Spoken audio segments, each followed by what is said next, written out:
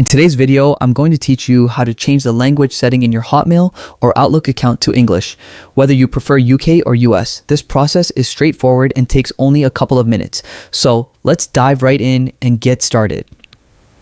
The first thing you'll want to do is head over to the Outlook login page. You can do this by opening your web browser and entering Outlook login in the search bar, or simply clicking a bookmark if you have it saved.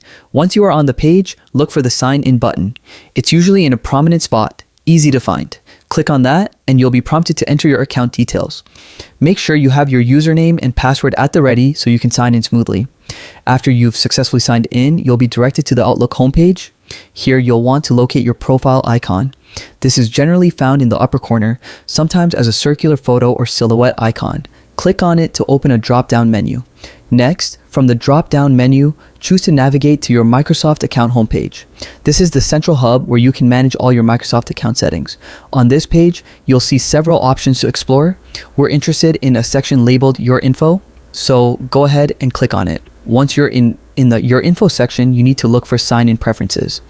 This is where you can customize the different settings related to your account, including the language preference. Click on Sign-in Preferences and you should see a list of settings you can adjust. Among these options is Language. Click on Language and you'll be presented with a variety of language choices. This is the critical step where you'll select the desired variant of English you want, either UK or US. Take a moment to make your selection based on your preference. Once you've chosen the appropriate option, save the changes. Most platforms will prompt you to confirm or apply the changes, so be sure to do that to ensure everything is correctly updated. That's all there is to it. You've successfully changed your Hotmail or Outlook account language to English, either in the UK or US format. It's a simple adjustment that can make a big difference in how you interact with your email and account, especially if you're particular about spellings and date formats. Remember, you can switch back anytime by following the same steps if your preference changes.